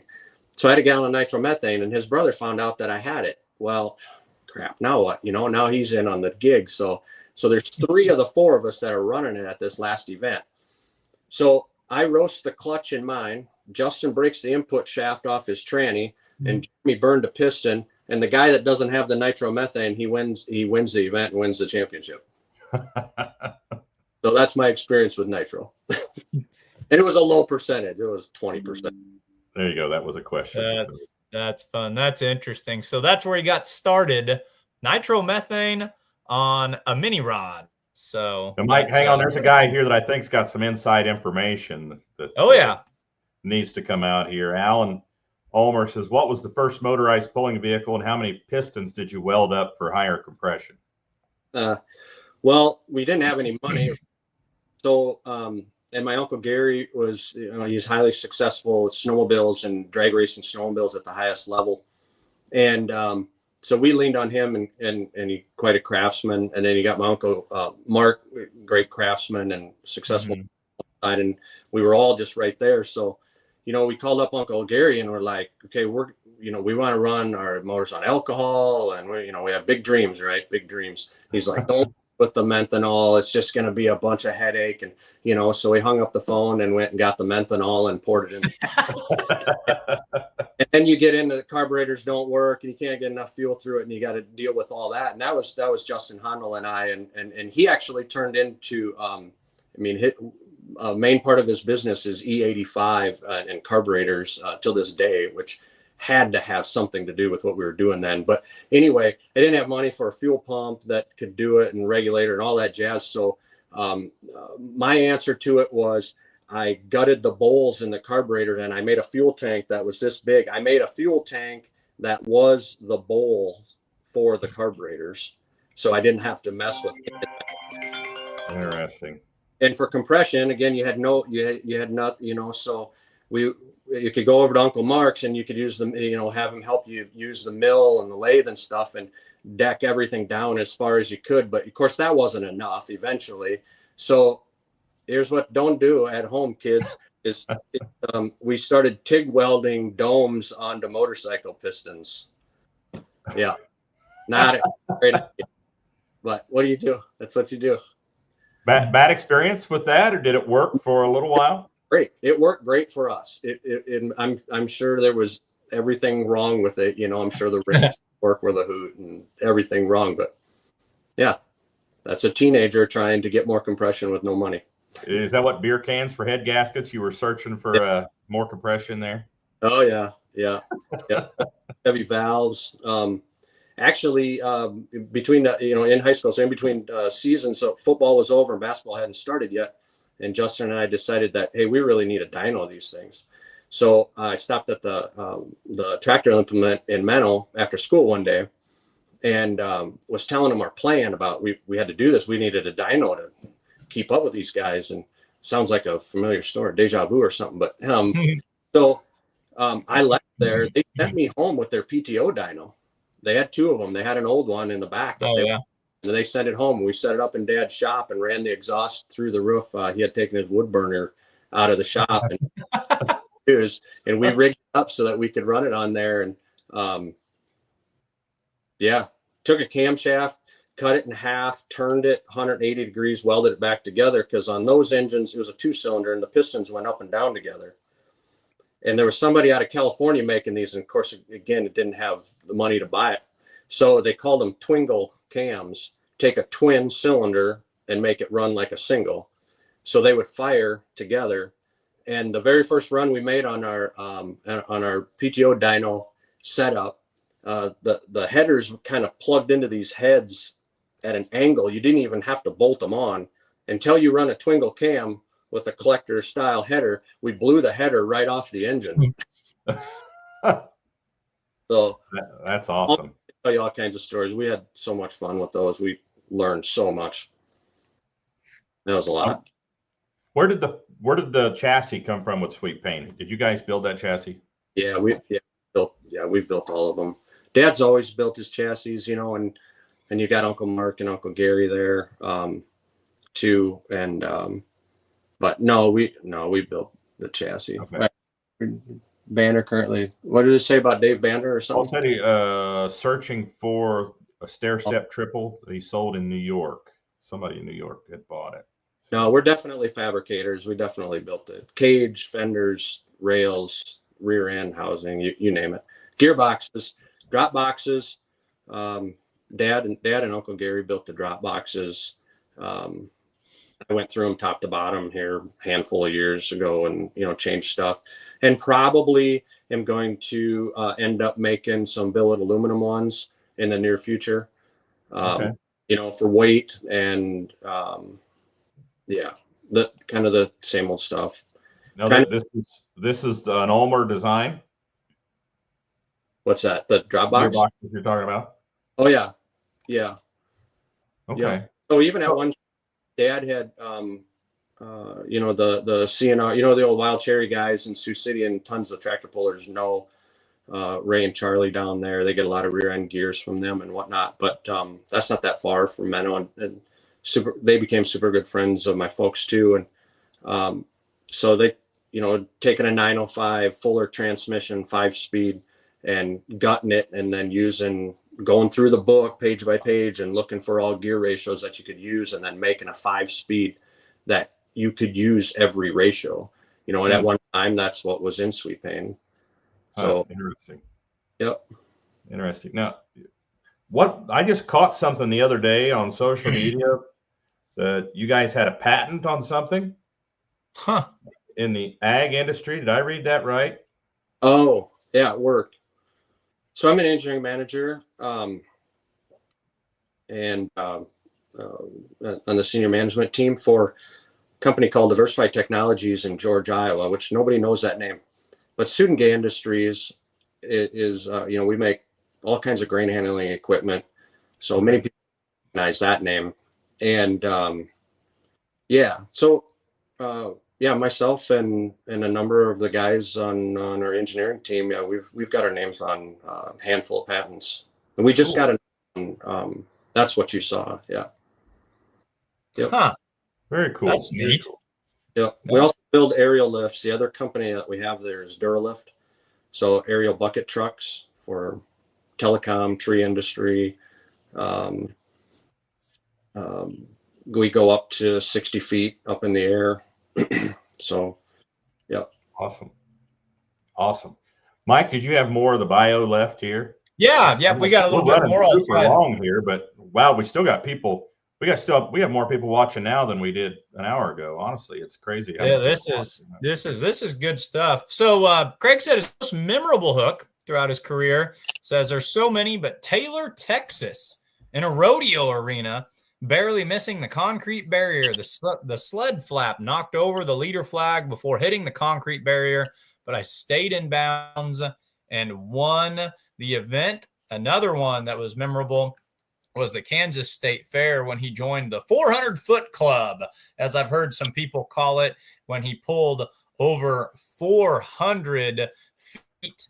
Wildest ride was in Rock Valley, Iowa. More than one person has answered with Rock Valley being kind of a tricky biting track up there, going 200 feet on the wheelie bars for the win. You know, there's a common theme. You know, we're hearing a lot of wild rides that end with such and such and such for the win. So that's 200 feet on the wheelie bars. You've probably stood it up on those bars a time or two in your day, I'm sure. So that's pretty cool. It says Marengo, Iowa, back when there were full pulls, the front engine was on fire, but it was going good. I was headed out the gate, so I didn't get out of it until I cleared 300 feet. That's nobody in cool stuff. There wasn't a person in the crowd to speak of. It got delayed. Somebody got hurt and the ambulance left. And yeah, but I had fun. So does that count? Points championships, and you had to send me an addendum, which was kind of neat. You've had so many championships, you've forgotten about them. With the Outlaws, I think there's 8 total for the tractor. 2 2011, 15, 16, 17, 18, 21, 22, as well as 1994. But then you snuck something in here I did not know anything about. 2002 Enderley points champion, and I was not aware of that. So, our last guest said he was a Louisville winner, so we've got an Enderley champ as well. So a lot of cool things. Biggest pulling hero, of course, says parents Kurt and Barb. Their persistent determination is second to none. And I bet that we didn't know that she's driven a 4x4 Dodge down the pulling track. So truth be told, is it mom's driving style that really led to all these victories? Is that what you're telling us here? Mom can drive fast. Yes. That's awesome. Best pulling advice: never give up. Just try to improve on every run. His day job, as he just talked about a little bit ago, he's an engineering manager and executive at DTI, home of Sudenja. Am I saying that right? Yep. Sudengay. It's old German. Sudengay and Duralift. Pulling goals. Have fun. Dream up new parts, build them, and put them in the winner's circle. And the best part about being an outlaw, says this is an easy one. There are so many outlaw people that genuinely care about you and your family. As message to the fans, most drivers and crew want to show you and talk to you about their vehicle. Go to the pits and start asking questions. Take your picture in front of the pulling vehicles and post them on social media. And as a matter of fact, you guys can follow them on their social media at Sweet Pain Pulling, one of the most active social media pullers that we have out there. They do a great job. There's a lot of neat stuff in that biography. I appreciate you sending that, hearing about runs, going out the back door with the engine on fire, sneaking it in with the, the sled pan, hitting the gate. That reminds me of Mound City, Kansas. I don't think your mod's pulling Mound City, but Ron, where they've got that kind of rodeo arena where you've got to thread the needle down there at the end. I'll ask you this, kind of what I would want to know, my final question for you. What is pulling given you? Does the sport of pulling owe Craig Ulmer anything at this point? I mean, just tell me about your relationship with this sport over your 30 years doing it. Well, the 30 years has just been, 30 years. Sure. And enough that mom and dad, said, hey, you're 16, you can drive. So very thankful for that. Mm-hmm. But it's given me a ton, I can, like I was going to school, engineering tech school. And honestly, I didn't like it. I wanted to go do something else. I didn't enjoy the schoolwork. I did my acceptance test into the School of Automotive Machinists down in Texas. And I was moving. I was going down there. I set my down payment down there. And I talked to my instructor, and he said, I just want you to finish. And I want you to just try to relate what you're doing to something you enjoy. And that was the trigger.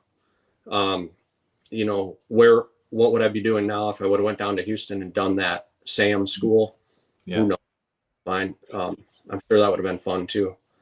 But now, then all of a sudden I'm relating all my strengths and materials classes, my math classes, all that stuff, all the engineering stuff. I'm just totally relating it to tractor pulling, my passion. Yeah. Without a doubt, it's given me a ton, and my family, we do it together.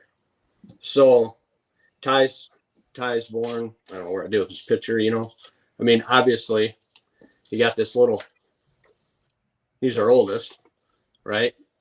Well, where is he when he's that little? Yep. And, my wife's heavily involved. Obviously, my mom's heavily involved. My daughter loves it. And now I got 12-year-old Trace, which a lot of you have seen at the polls. And we're trying to train him up into, how can he help? And we give him a shop. And he's an awesome video camera guy. He's very valuable to us. Yeah. So I don't know what he's going to latch on to. He's way different than Ty. Two completely different kids, but they both, yeah. So we do it as a family, and that's what we've always. Yeah. And I'm thinking about things that I could say on here. Before I came on, I just couldn't stop thinking about all the things. I mean, it's everything from riding around in the back of the '79 Super Cab Ford that my folks used to have, us 4 kids backed in there, you know, eating moldy food because we didn't know it was moldy, because you know, I mean, you know, you didn't have no cell phones. You didn't. I was always told just pick the mold off is fine, you know. We didn't even know it was moldy. We couldn't see. You know, Dad gave a lot of trust in me, which was pretty risky. You know, when I was like, well, I don't know exact age, but 15 or so, I remember a time he said, Sweet Pain needs the bearings changed. I got a farm. You need to go in the back shed here and you need pulled pans off. And I'm like, okay, I'll sweep up. And he goes, no, you know, we're not going to, of course we couldn't be what a terrible idea. Do it in an air conditioned shop, right? No, you got to do it in the back where it's really hot and it's really humid, and you're going to do it on your back on the trailer. And he would do that sort of stuff to me, and I loved it. I just hated it. Absolutely loved it. So yeah, tractor pulling runs and horsepower, and yeah, it runs really deep in me. Well said. That's awesome to hear. You know, that I like that response. I appreciate that response. Yeah, this is the sport is kind of who you are, you know, to kind of put it in a nutshell. That's really, really cool. Well, I tickled that, you know, and this was kind of a happy accident on the 1 year anniversary of us doing this program that we could feature someone who's so passionate as yourself about this. So this is going to be a fun one to push out and to disseminate this week. Yep. Ty wants you to talk about your Ken Vaney story at Enderley. Oh, and one quick thing before I say that, you see, I'm wearing the Richards Repair, which we're always wearing Richards. Richards Repair, yep.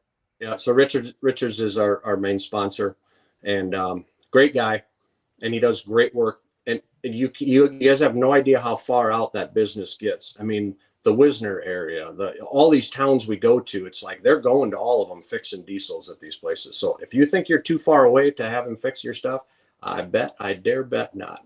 You can get a hold. But the Enderley story.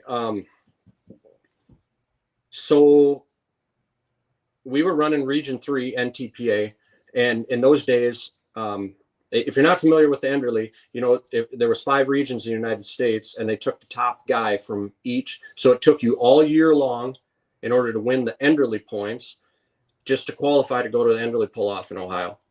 And Ohio was a long ways from Menno, South Dakota for us in those days. But it was like, okay, we just won the Enderley points. Are we going to go? It's like, maybe we'll never make it again. We better go do this. Well, yeah. There's 6 mods there, because the Region 3, which we were in, the mods were so tough, they took the top 2 mods. So first and second went out there. So just to win it in its own, in hindsight, was like, wow, that was awesome. And you're running against Jack Kilmeyer, Dr. Yeah.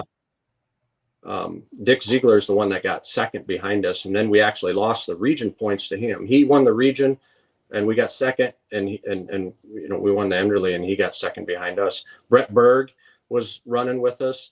Man, it was brutal. But anyway, so we go out to Enderley and it's like, you know, you kind of feel like you know what you're doing. You just won the Enderley points in Region 3. And they do driver's introduction out on the track.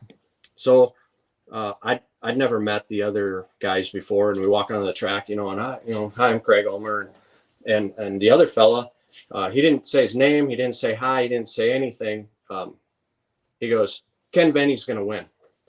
Well, Ken Vaney in Region 2 or whatever, and with his triple, and I'm like, oh, I sure like to give him a shot at what we got here. Needless to say, it was pretty epic.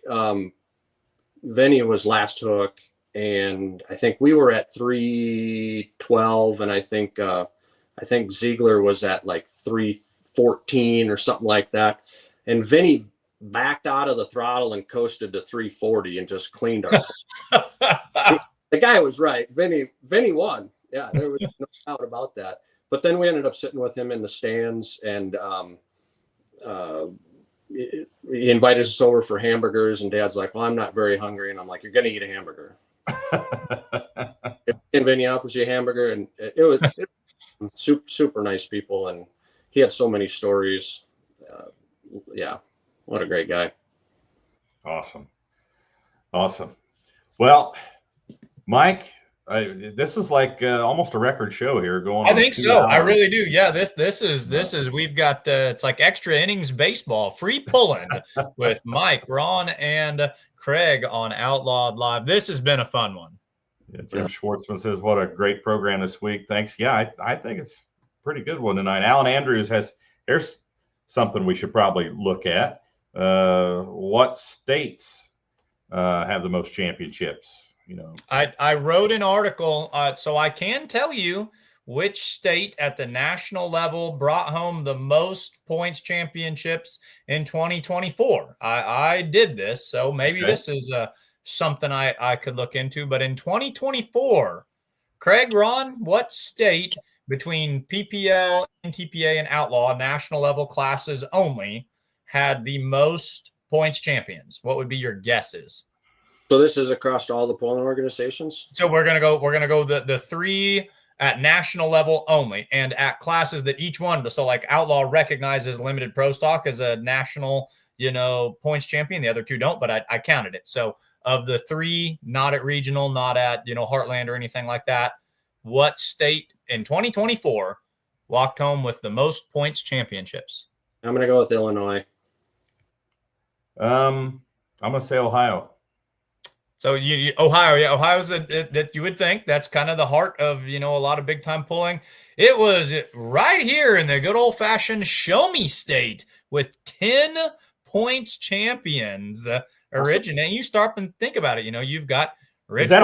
Is that biased research that went on in there? Well, so Miles Krieger kind of looked at it and he scratched his head and he goes, I don't know if you're, but no, per my numbers, but. You got Keith Hammonds, you got Richard Morris, you had like Terry Hagedorn, you had Colton Whitworth. The Missouri boys had a big year this past year. So once you started, Cody Yarrick out of Rich Hill. So, it was Team Missouri. So for 2024, it was Missouri. Now, if you did all time and you went back to 1969, I would have a pretty good guess as to what man would know. We could probably call a certain Dan Mayer right now, and he would probably have that answer. But I don't have the overall stats.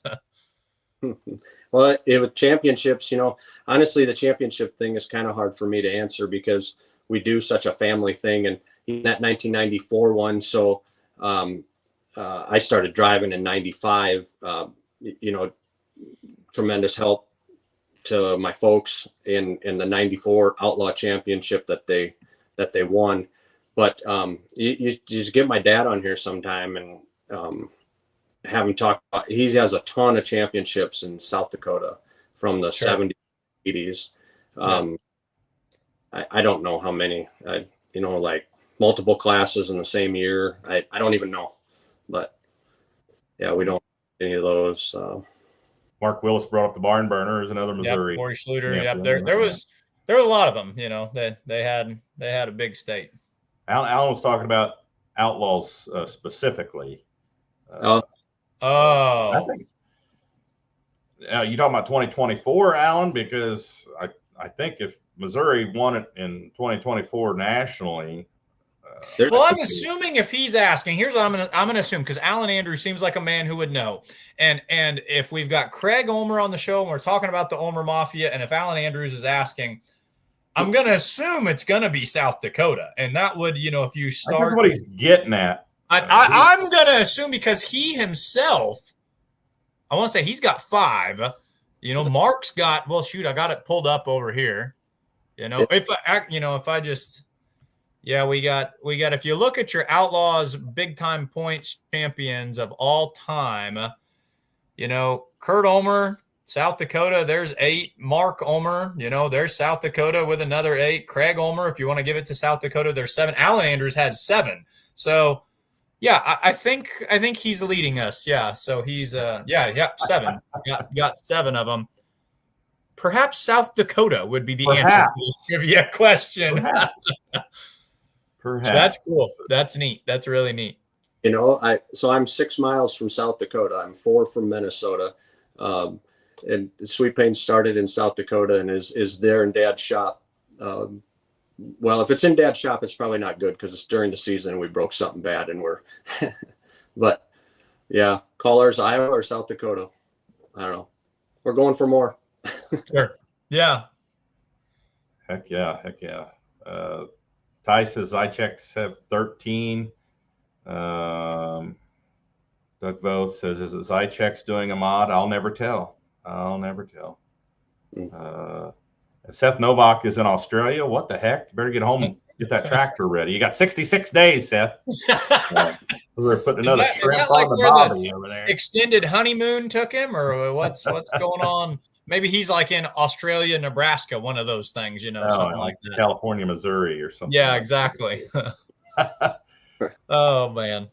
Well, Craig, we had no intention of keeping you this long. Hope you didn't have plans tonight, other than being on the show. Oh, thank you. But we sure appreciate it. And yeah, Alan Andrews says go South Dakota. So I think, yeah, he was definitely proud of his state. I think he might have known something that yep. I think so. So, Craig, thanks so much for coming on, buddy. Anybody you want to thank? Family, friends, sponsors? Yeah, and all my family, my wife Ivy, pretty awesome. Yeah, Ulmer Mafia, Ty, and his soon-to-be wife Kaya. They get married later this summer, and follow us on Sweet Pain Pulling. We try to throw stuff out that's interesting. We get so many questions, at events over the years, so. We have way more stuff. We just never seem to get that far because we're trying to get Sweet Pain stuff done. But so do the hats sell pretty good? The Ulmer Mafia hats? I was not in favor of getting the hats because I didn't think they'd sell, and we can't buy them fast enough. Awesome. That was totally Ty's idea. T-shirts. We're working on new T-shirts. We basically have 0 right now, but we're trying to get it set up so it's online so folks can just buy them online, make it quicker, easier. You still get them at the trailer from us too. But yeah, thanks to Mom and Dad for everything they've done, all their tenacity over the years. And we hope to see you guys at an event in 65 days. Yep, almost. We're almost there, right? 65. We're 3 hours away from 65 days. But Mark Ham, I got to mention, Mark Ham always likes to mention the crisp white crew shirts you guys have, and he's amazed at how you guys keep them so clean. He always comments that he could just look at a hot dog with ketchup on it and get ketchup on the shirt without even touching it. So, that's my mom.